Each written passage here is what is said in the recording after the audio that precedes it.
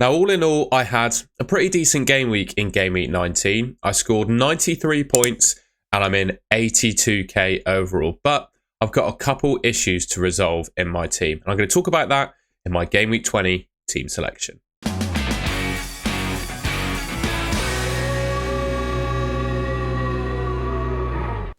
Now, we're going to start by looking then at how my team got on in Game Week 19. So just for a bit of info before I go through the team, I made one transfer going into Game Week 19. I had Rob Sanchez in my team, and I was a little bit worried that Chelsea would rotate.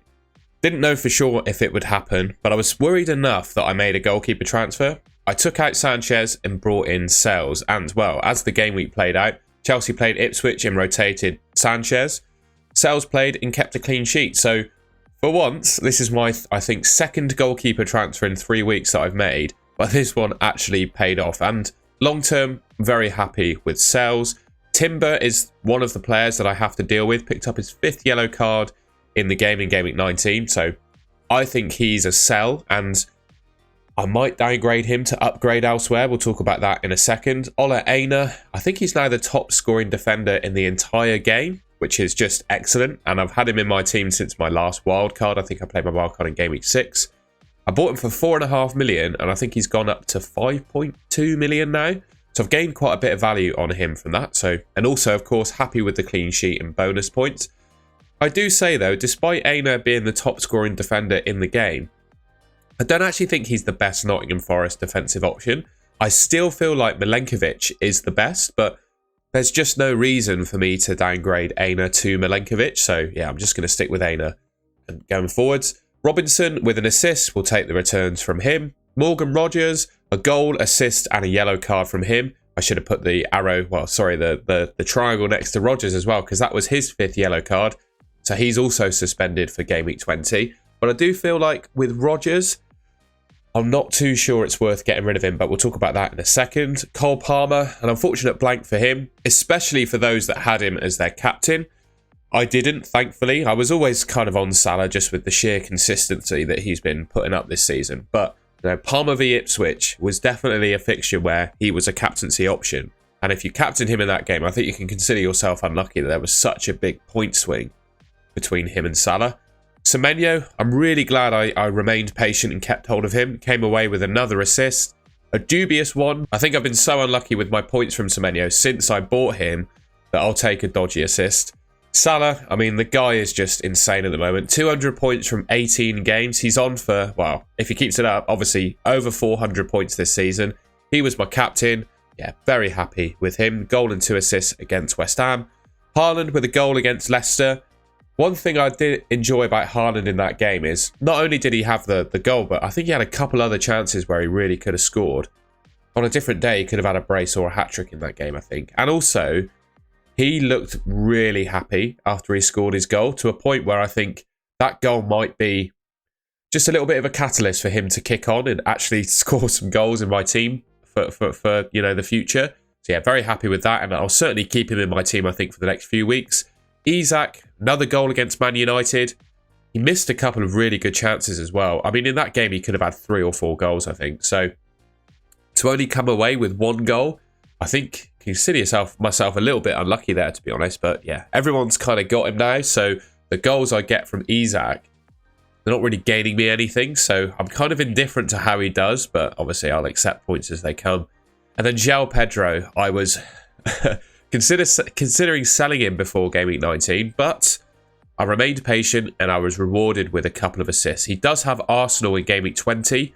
So that might be time to get rid of him. But yeah, 93 points. 82k overall. So I mentioned Timber. He's picked up his 5th yellow card, and whilst I could keep him in my team, with Rogers also having his 5th yellow card, that means I've got 2 players that I might need to bench. And for me, I think that's just a little bit too many. And the one that I'd want to keep in my team long term, I think, is Rogers. I just don't think Rogers is ever going to leave my team. Whereas Timber, whilst I like him, I do think I could potentially downgrade him for other good defenders and allow me to upgrade elsewhere, which we'll talk about in a second. And the 2 defenders that I'm considering bringing in are Munoz and Lewis Hall. There isn't a whole lot to separate them in attacking returns from an attacking returns perspective. They've both got 4. However, Hall's on the 4 assists and Munoz is on 2 goals and 2 assists. And I definitely would say that in terms of actual goal threat, Munoz is way ahead of Lewis Hall. But in terms of assist threat, I'd say they're probably fairly even. That's just in terms of attacking threat, though. But I think if you compare the two teams defensively, Newcastle are way out in head. They've kept a fair few clean sheets on the bounce, despite losing Nick Pope, their goalkeeper. And when you're picking defenders in FPL, it's great to pick the ones that are good for attacking returns. But I think you want to, if deciding between them, in my mind at least, you want to pick the one that plays for the best defence. And for me, I think that's Lewis Hall. So the decision between the two is close, and the fixtures as well are close. Like Chelsea, Leicester, West Ham versus Tottenham, Wolves, Bournemouth. I don't think there's a massive amount between those fixtures. That's obviously just the next 3. We need to look a bit longer term than that as well. But I do think Hall having 2 of those games at home and 2 of the easier games at home probably edges it for me. So yeah, I think, well, I am. I've already made an early transfer because I had nothing in the bank to make the 2 moves that I have made in my team. Now the spoiler, I made a couple of moves. So I've brought in Lewis Hall and I'm going to start him alongside Robinson and Aina. Sells in goal. And yeah, I think that's how I'm going to line up defensively. Again, I spoke about the Nottingham Forest defence already. I think they're probably the 2nd or 3rd best defence in the league right now. They got Wolves away. That's a reasonable chance, I think, of them to keep a clean sheet. I am a little bit worried about that Liverpool fixture, but ultimately I can bench Aina and play someone else if I need to. For example, Chelsea have got Bournemouth at home, so I could quite easily start Aina if I needed to. Robinson's got Ipswich at home, which I think is a good fixture. Very happy to start him. And yeah, Lewis Hall makes the team. I do have... And it's quite interesting, really, that I've brought in a player that I could actually argue could be benched for Game Week 20. Lewis Hall's got Tottenham away, a game where I'd imagine Newcastle probably concede, whereas Colwell's got Crystal Palace away. On the face of it, I think Colwell's got the better fixture, but obviously Lewis Hall offers more attacking threat. So I'm probably just edging it with starting Lewis Hall. It is close. On to the midfield then, and I've got Rodgers, as you can see, he was on my bench. And I think I'm just going to start Dibbling. Came away with a goal in Game Week 19. I think he's going to start 20. And I think he's one of Southampton's best players. And yeah, I know he's 4.5 million, not really that exciting. But I don't want to sell Rodgers. Now, I could sell Rodgers for someone like Ahmad or Ismail Assar, something like that. But I think Rodgers is the best of all of the midfielders of this price category.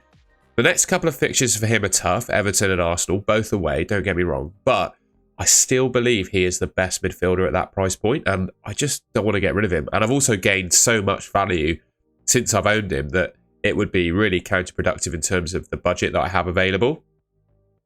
So yeah, I think I'm going to keep Rodgers and I'm going to just play Dibbling. I could also, if I really wanted to, I could play 4 at the back and start Colwill over Dibbling. But I think I'm always looking towards playing the attacking assets in my team as opposed to the defensive ones, particularly ones that have a real chance of scoring like Dibbling does. So yeah, I think I'm going to start him. Semenyo remains in my team. Everton, Chelsea up next, and Newcastle. It's not the best run of fixtures, but I do think Bournemouth have been really, really good this season. And you can't possibly rule out him being able to score in those games. And then Palmer and Salah, they're not going nowhere. I think Salah's probably the best captain. I'll talk towards the end of the video as to who I actually captain. But Man United at home, at Anfield, with the form that they're in, I think, yeah, you can't get rid of him. I think he's probably the best captain. And Palmer, yes, he was disappointing in 19, but I just look at the other midfield options in the game. Just don't see any that I really want in my team. So I'm going to stick with Palmer as well. So I've downgraded Timber to Lewis Hall, which allows me to get rid of João Pedro. And there are a couple of assets that I'm potentially considering bringing in for João Pedro. Now, I know he got 2 assists in Game Week 19, but I just think his record since I've had him in my team has been really poor. And even though he's got 2 attacking returns in a game week, I still want to get rid of him. I just want to take those points and run.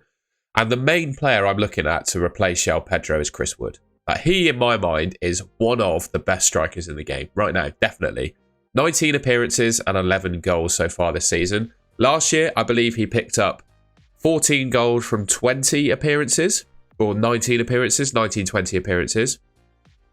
So he has got 14 goals last season, where he played, I think, 20 games. This season, he's got 19 appearances and 11 goals, which is 25 goals, I believe, in 39 appearances, which is basically a season's worth of games. So he scored, if effectively over the last 2 years, with the games that he's played, 25 goals across the space of a season, which I think is phenomenal value for a 6.6 million striker. Another player I was sort of considering, but just in my mind, I don't think he beats Chris Wood, especially as I can afford to bring Chris Wood into my team now, is Raul Jimenez. I was doubtful about his minutes going into a couple of game weeks ago because Muniz was scoring goals off the bench. Raul sort of dropped in form a little bit. But Marco Silva kept faith in Raul Jimenez as a starting striker, and he's came away with some attacking returns in recent games. And, well, the fixtures for Fulham coming up, and Fulham in general look really good, and their fixtures look really good. Ipswich, West Ham, Leicester and Man United in their next 4. Now, those are all games that I would say are teams to target, especially Man United at the moment. So he's got a great run of fixtures. He's looking like the nailed-on starting Fulham striker still. He's 5.5 million, and I don't think he's had a penalty yet in the Premier League. But I do think, given that Andreas Pereira missed the last one that Fulham had, I think he's going to be on penalties too. So I think all of those things together, he's a pretty good striker as well. But I just can't look past Chris Wood. You know, I had him in my team from wildcard 6, and I took him out for some tough fixtures that he had. And I've just been missing him ever since, to be honest. He is one of the most fun assets in FPL I've ever owned because he just continues to chip away with attacking returns, sometimes in games where you just don't expect him to. And yeah, I just absolutely love having Chris Wood in my team. So I also think right now, yes, I've got Rodgers who I'm having to bench this week. But if I was to play a wild card, and I will make a wild card draft video later this week, but if I was to play a wild card with the players I have in my team at the moment, with the budget I have available, I actually don't think it would be too far off what my team is looking like now. You know, Haaland, Isak and Wood, I believe is, at least for the next few fixtures while Haaland has good games, I think is probably the best front 3 you can have in FPL. Salah, Palmer and a couple of cheap midfielders is probably the best midfield you can have right now. You know, none of the mid-price midfielders, with the exception of maybe Gordon and Mbeumo, are really putting up trees at the moment. And then Robinson, Aina, Hall, Colwill. You know, I've got some of the best cheaper defenders in the game. Really happy with them. And Sal's in goal. You know, my team, I think I'm pretty close to having a wildcard team in my mind right now. And yeah, I'm really happy with that front 3 and finally having Chris Wood back in my team.